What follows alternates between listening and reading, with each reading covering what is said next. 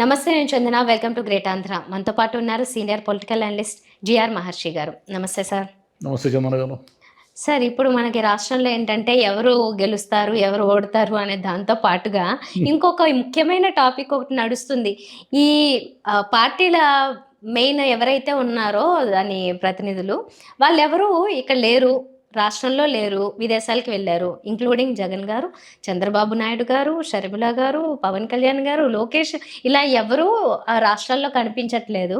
సరే, అయితే జగన్ గారు వెళ్ళింది ఐటినరీ అంతా ఇచ్చెళ్ళారు అని అంటున్నారు. అంటే ఆయన టూర్ ఎక్కడికి ఉంటుంది ఏంటనేది. బహుశా షర్మిల గారు కూడా వాళ్ళ పిల్లలు లండన్లో ఇక్కడ ఉన్నారు కాబట్టి ఆవిడ అక్కడికి వెళ్ళి ఉండొచ్చు. కానీ చంద్రబాబు గారు ఎక్కడికి వెళ్ళారని తెలియదు. ఇటలీ అంటారు, సింగపూర్ అంటారు. కానీ ఆయన ఇచ్చిన వెళ్ళిందేమో యుఎస్కి వెళ్తున్నానని ఇచ్చి వెళ్ళారు అంటారు. ఆరోగ్యం గురించి అంటారు కొంతమంది, విహారయాత్రలు కానీ ఇంకొకరు రాస్తున్నారు. ఇలా లోకేష్ గారు, పవన్ కళ్యాణ్ గారు అయితే అసలు చడి చప్పుడు లేదు. అంటే వెళ్తున్నట్లు తెలియదు, వెళ్ళినట్లు తెలియదు, కానీ వెళ్ళారు. సో ఏంటి అసలు అంటే ఎందుకని అది సీక్రెట్గా ఉంచాల్సి వచ్చింది? ముఖ్యంగా చంద్రబాబు నాయుడు గారు కానీ మిగతా వాళ్ళు వెళ్ళింది అంటే ఇప్పుడు 44, 46 డిగ్రీల ఎండలో అందరూ ప్రచారం చేశారు.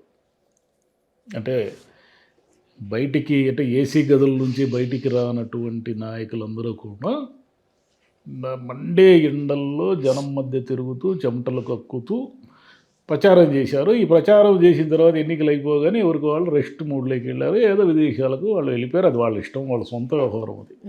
కానీ ఈ చెత్తంతా ఎక్కడ స్టార్ట్ అయిందంటే, ఇరు పార్టీలు విచక్షణ వివేకము లేకుండా ఒకరి మీద ఒకరు చెత్త వేసుకుని సోషల్ మీడియాలోను ఇదంతా మీడియాలోను చెత్త దుమ్ము అంతా వేసుకుని ఏదో ఆనందిద్దాము అనుకొని స్టార్ట్ చేశారు. ఎవరు స్టార్ట్ చేశారు? ఫస్ట్ జగన్ గారు ఏదో సూట్ కేసు మూటలన్నీ తీసుకుని దోచుకున్నది దాచుకోవడానికి లండన్ వెళ్ళారని ఏదో ప్రాస హెడ్డింగ్లు కూడా పెట్టారు. మధ్యలో స్విట్జర్లాండ్ పెట్టారు. ఆయన ఏదో అదేమంటారు, ఒక 10-20 మూటల వజ్రాలు లేదా క్యాషు లేదా బంగారు ఇవన్నీ ఎత్తుకొని లండన్కి పోయినట్టు. ఇది ఇప్పుడు అలా ఏ దేశం నుంచి అయినా అట్లా ఒక విమానములు డబ్బు, నగలు, బంగారము, వజ్రాలు ఇవన్నీ ఎత్తుకొని పోవడమే సాధ్యమైతే అందరూ అదే పని మీద ఉండేవాళ్ళు కదా. విమానం అంటే అదేం రోడ్డు మీద నడిపోయే ఆటో కాదు కదా. విమానానికి కొన్ని పద్ధతులు ఉంటాయి. ఒక ఎయిర్పోర్ట్ ఉంటుంది, దానికి కొన్ని చెకింగ్స్ ఉంటాయి. అక్కడ వెళ్ళి మీరు ఏం తీసుకెళ్తున్నారు అనే దానికి ఒక ఇది ఉంటుంది, ఆయన లెక్క ఉంటుంది. ఏం తీసుకెళ్తున్నారు, ఏం చెక్కింగ్, ఎక్స్రే స్కానింగ్ ఉంటుంది. అంతేకాకుండా మీరు ఏ దేశానికి వెళ్తారో ఆ దేశం వాళ్ళు అంత అమాయకంగా ఏమి ఉండరు కదా. వచ్చేయండి బాబు, మీరు అన్ని బాంబులు లేకపోతే మీరు రివాల్వర్లు తీసుకొని మా దేశానికి వచ్చేయండి, మా విమానంలో దిగండి, ప్రైవేటు విమానాల్లో అని ఏమంటారు కదా. ఆ దేశంలో ఉన్న భద్రతా చర్యలన్నీ ఆ దేశంలో ఉంటాయి. ఇవన్నీ తెలియని వాళ్ళేం కాదు. ఏదో జనం అమాయకులు ఎవరో పల్లెటూరు వాళ్ళు మాడతారు అంటే దానికి ఏదైనా పాపం వాళ్ళు తెలియదులే అనుకోవచ్చు. బాగా తెలిసిన మేధావులు మీడియాలో నానా తుక్కు చర్చ అంతా చేశారు. జగన్ విదేశాలకు పారిపోతాడు, ఇంక రాడు, ఓడిపోతాడు అని. ఇప్పుడేమో వీళ్ళు తగులుకున్నారు. వాళ్ళది అయిపోయింది. జగన్ లండన్లో దిగినాడు, ఆ ఫోటోలు ఏవో రిలీజ్ అయినాయి, ఆయన ఏదో తన పని మీద తాను ఉన్నట్టుగా ఇంక మళ్ళీ అయిపోయింది. ఇదంతా ఇప్పుడు చంద్రబాబు గారు గోప్యత అంటున్నారు కదా. నిజానికి వాస్తవానికి చంద్రబాబు గారు ఆయన పర్సనల్ లైఫ్ అది. ఎందుకంటే అయిపోయింది, ఎలక్షన్ అయిపోయింది, ఆయన పర్సనల్ ఆరోగ్యం చూపించుకోవడానికి వెళ్తారా, ఇంకా ఆయన ప్రశాంతంగా రెస్ట్ తీసుకోవడానికి వెళ్తారా అనేది పూర్తిగా ఆయన ఇష్టం. ఆయన ఏ దేశానికి వెళ్తారు అనేది ఆ దేశం వీసా, ఆయనకు ఉండే పర్మిషన్స్ అన్నీ ఉంటే ఆ దేశానికి వెళ్తారు. ఏ దేశానికంటే ఆ దేశానికి వెళ్ళలేం కదా మనము. గాల్లో విమానంలోనే కదా పోతారు, ప్రైవేట్ విమానాల్లో లేదా ప్రభుత్వ విమానాల్లో పోతారు. అంటే ఎయిర్లైన్స్ ఏదో ఒక అథరైజ్డ్ ఎయిర్లైన్స్లోనే కదా వెళ్తారు, లేదా ఒక ప్రైవేట్ విమానాల్లో వెళ్తారు. ఈ వెళ్ళేదానికి ఒక లెక్క ఉంటుంది కదా, ఒక పాస్పోర్ట్ ఉంటుంది, వీసా ఉంటుంది. అయితే చంద్రబాబు నాయుడు గారు ఎప్పుడు విదేశాలకు వెళ్ళినా కొన్ని మీడియా సంస్థలు ఓవర్ యాక్షన్ చేశాయి గతంలో. ఎంత ఓవర్ యాక్షన్ అంటే, ఆయన లండన్లో దిగి లండన్ వీధుల్లో వడివడిగా వాకింగ్ చేసిన చంద్రబాబు అని ఒక పేపరు, ఆయన విమానంలో ప్రయాణిస్తూ కూడా ఫైళ్ళు చూశారని ఇంకో పేపరు, ఆయన భోజనం ఏమి తీసుకున్నారు, గ్లాసు మజ్జిగ, 3 జీడిపప్పులు ఇవి తిన్నారని ఇంకో పేపరు. ఈ చెత్తంతా ఆయన రాయడం వల్లే కదా ఇప్పుడు చంద్రబాబు ఏమయ్యారని. ఇప్పుడు అదే మీడియా చంద్రబాబు ఏమయ్యారని ఎక్కడ రాయలేదు. తెలియదు అంటారు. మళ్ళీ అమెరికా వెళ్ళారు వైద్య చికిత్సల కోసం అన్నారు, ఆయన అమెరికా రాలేదు అని ఆయన ఎవరో ప్రకటించారు, కోమటి జయరాం. ఇప్పుడేమో ఆయన చంద్రబాబు గారు ఎక్కడున్నారు అనేది ఇప్పుడు వీళ్ళు వైసీపీ వాళ్ళు ట్రోలింగ్ చేసుకుంటున్నారు. అవును, మరి చంద్రబాబు గారు ఎక్కడున్నారు చెప్పొచ్చు కదా. చంద్రబాబు గారు పలానా దేశంలో ఉన్నారు, పలానా సింగపూర్లో ఉన్నారు, పలానా దుబాయ్లో ఉన్నారు, లేకపోతే పలానా ఏదో ఇటలీ ఏదో అంటున్నారు కదా.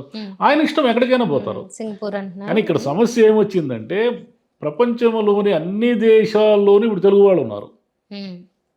మీరు పలానా దేశానికి పోయినారు అని లీక్ అయిన వెంటనే అక్కడున్న తెలుగు వాళ్ళందరూ యాక్టివేట్ అయ్యి, అక్కడ తెలుగు వాళ్ళు కూడా మన దురదృష్టం కొద్దీ ఎలా ఉన్నారంటే 2 పార్టీలుగా చీలిపోయి ఉన్నారు. వైసీపీ వర్గం ఒకటి, టీడీపీ వర్గం ఒకటి, ఇలా చీలిపోయి ఉన్నారు మన వాళ్ళు కూడా.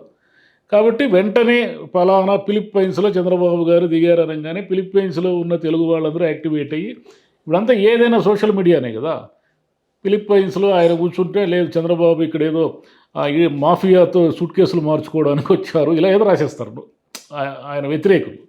అలాగే లోకేష్ గారు ఆయన ఇష్టం అయితే అమెరికా వెళ్ళారు, ఇంకెక్కడికో వెళ్ళారు, ఆయన కుటుంబంతో, ఆయన పర్సనల్ లైఫ్ అది, మన క్వశ్చన్ చేసే అధికారం లేదు. కాకపోతే ఇంతకు ముందంతా వాళ్ళ పర్సనల్ లైఫ్ని అంతా గ్లోరిఫై చేసి అడ్డమైన రాతలు రాయడం వల్ల అటు ఇటు 2 వర్గాలుగా మీడియా కూడా చీలిపోయి ఉండడం వల్ల ఇప్పుడు ఈయన జగన్ని ట్రోల్ చేశారు కాబట్టి ఇప్పుడు వీళ్ళు పట్టుకున్నారు ఆయన్ని. లోకేష్ ఏమైనాడు. సరే, లోకేష్ పలానా అమెరికాలోని పలానా స్టేట్లో పలానా ఊరిలో ఉన్నాడు అని వీళ్ళు చెప్పారు అనుకోండి ఉదాహరణకి. వెంటనే అక్కడ ఉన్న తెలుగు వాళ్ళందరూ ఆయన ఒక జ్యూస్ తాగుతూ ఉన్నా కూడా చూశారా, వైన్స్ అదేమిటి మద్యము తాగుతున్న లోకేష్ అని ఫోటో వేస్తారు. మీకు గ్లాసులో జ్యూసా మద్యమా ఎవరికి తెలుస్తుంది అది? అంటే ఇవన్నీ మనమే మన పర్సనల్ అన్ని ఈ చెత్తంతా మనమే వేసుకున్నాం మీద. ఈ చెత్తంతా ఇరువైపుల వాళ్ళు వేసుకున్నారు కాబట్టి ఇప్పుడు ఇరువైపుల వాళ్ళు దీనికి మూల్యం చెల్లిస్తున్నారు. ఇప్పుడు పవన్ కళ్యాణ్ ఆయన జనసేన పార్టీ వాళ్ళు చెప్పొచ్చు, అయ్యా పవన్ కళ్యాణ్ గారు విశ్రాంతి తీసుకుంటున్నారు హైదరాబాద్ ఫామ్ హౌస్లోనో లేదా ఇక్కడ లండన్లోనో స్విట్జర్లాండ్కో వెళ్ళారు అని చెప్పొచ్చు. కానీ చెప్పరు.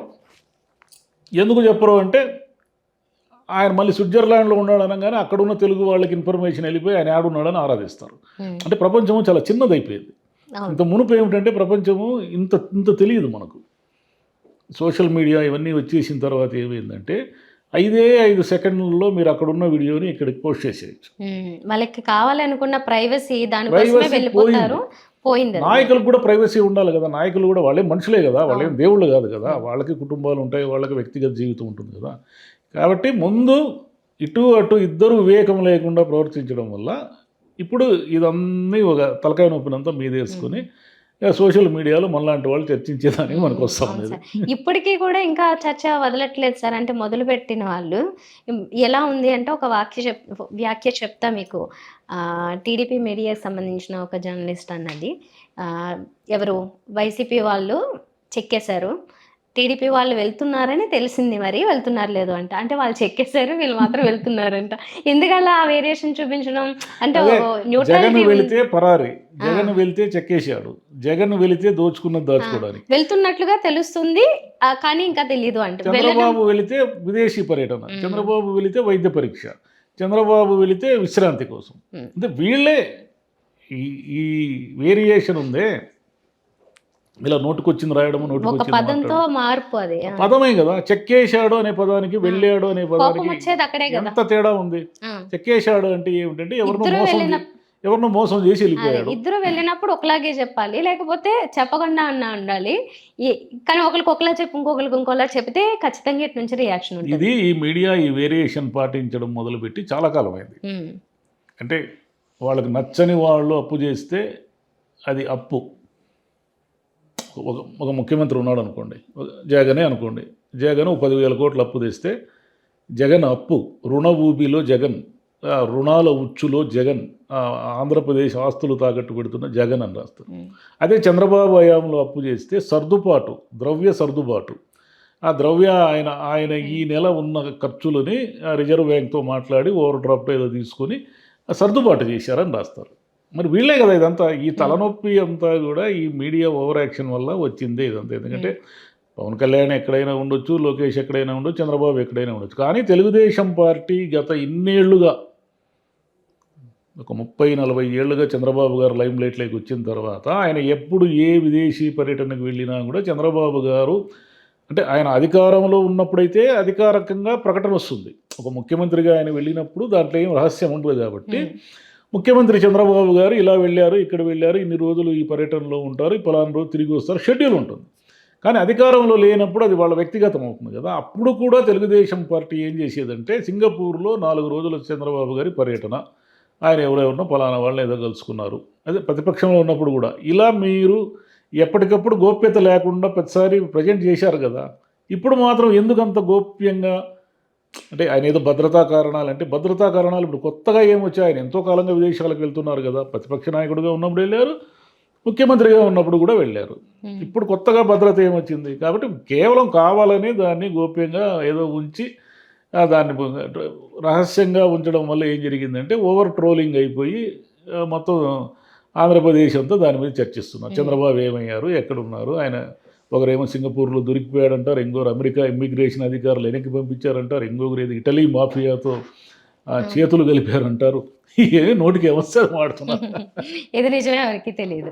ఇంకా పవన్ కళ్యాణ్ ఏమంటారు? పవన్ కళ్యాణ్ ఆయన రష్యా అత్తగారింటికి వెళ్ళారనో, లేకపోతే ఆయనకు ఒక ఇది ఉంది కదా, రష్యా ఆయన వెళ్ళే అవకాశం ఉంది. ఆమెది వైఫ్ది రష్యా కాబట్టి అత్తగారింటికి రష్యా వెళ్ళారను.